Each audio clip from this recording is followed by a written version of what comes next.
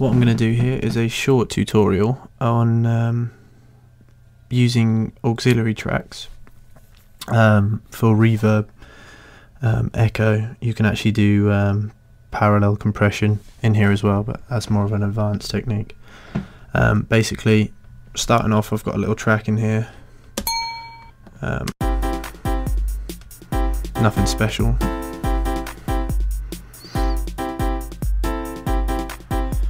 That's just an ultra beat standard loop, not one of mine, but for this it'll work quite well. So we've got we've got the ultra beat and we've got the Steinway piano. Say we want to put some verb on the Steinway piano. What we're going to do is we're going to start off by going into our mixer. I'm using Apple II as a shortcut to go into the mixer. And in here we're going to go to options, create new auxiliary channel. We want one auxiliary. I'm going to do reverb for this example, and I'll have my reverbs in stereo. You can send it to a separate output if you have multiple outputs, but for the purposes of this it's not a problem. And we're going to have it on bus 1. And basically what's that set up is an auxiliary track which is listening to whatever you send to bus 1. And what you can see here is our sends. You can have multiple sends. I know there's 2 there, but if you set up one and you keep going, they'll keep appearing. And once you've got your send set up, so the signal's coming in here, it's going through the send, which will go to our auxiliary, and then it's carrying on through and playing through the stereo output, as long as this set up to stereo output here. This, by the way, will free up CPU space. It will also, if you have one reverb or 2 or 3 reverbs rather than a reverb on every track, this will sound sort of much more realistic and it'll give you a better mix in general. So yeah, what we've got here, if we right click on our not right click, I can hear someone coming up in the background. If we click on the actual send, we can choose whether we want it post pan, post fader, pre fader. If it's post fader, automation to the fader will affect our signal going into the auxiliary.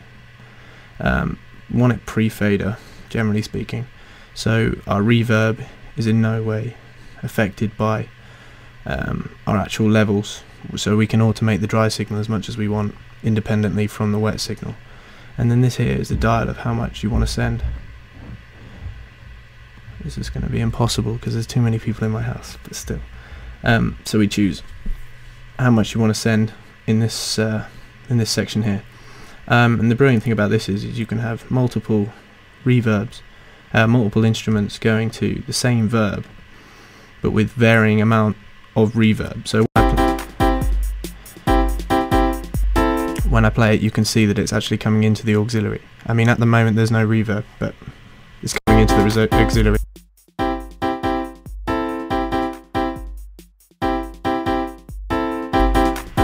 Allowing you to choose the mix of how much you want of the piano against the drums.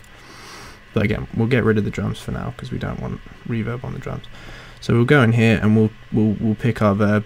I'm going to use the Space Designer for this example, but any reverb works, or any you can put any effect in here at all. Experiment with choruses and everything. So let's just pick jazz vocal room. And now when we play the track, we'll have the dry signal Steinway here and the wet signal Steinway reverb here.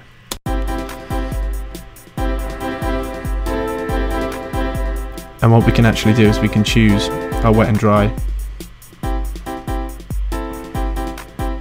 here, and then we can also send a little bit of drums in there as well. Again, I prefer sending it pre-fader, so when I pull down the fader I still got the verb from the piano there as well without it affecting our sound. And that's basically it. That's how you use auxiliaries for reverbs. And again, you can do parallel compression in here. You could put echoes in here. It's better to have a couple of auxiliaries set for your sort of effects processing, as opposed to having them in line with the track, because space designers specifically take up a lot of your CPU and will crash your tracks.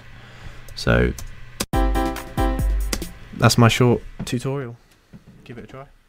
If you like this video, give me a thumbs up and I might do a few more. But in the meantime, check out SUBFourier. I'll put the links in the bottom. We're on Facebook, SoundCloud, Twitter. Thanks very much.